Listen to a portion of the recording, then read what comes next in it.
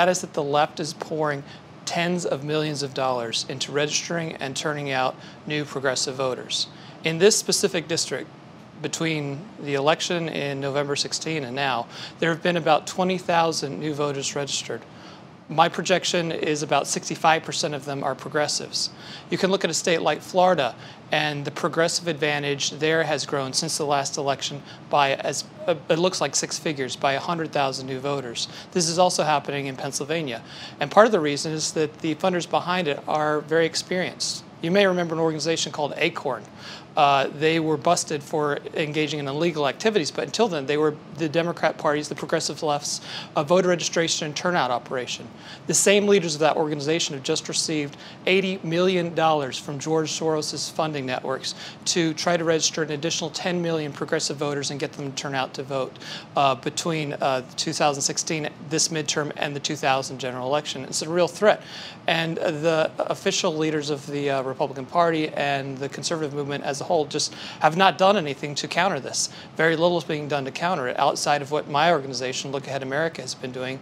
We're the only organization dedicated to registering new patriotic people to vote and getting them to turn out to vote. Because the numbers are there. There are millions of unregistered patriotic Americans.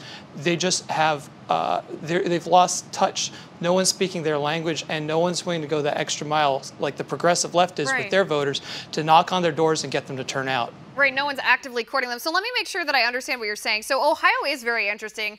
Obviously, it's a swing state. They say you can't win the presidency if you don't win Ohio. I grew up there. It's, I think, an extra source of pride for Ohioans that Ohio essentially determines a lot of times the outcome of presidential elections. President Obama won this district, the 12th congressional district by outside of Columbus, in 2008. Obama won.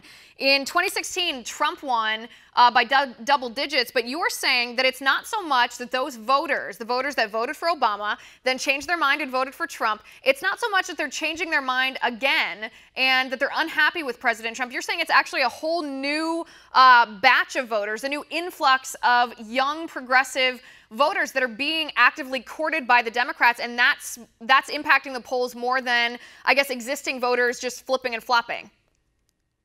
It's not even just young new voters. It's just going to the extreme to find people who are unregistered or people who are registered incidentally but aren't turning out to vote. And you can see this in the absentee ballot request numbers. Again, this is a district that as a whole went fairly significantly for President Trump.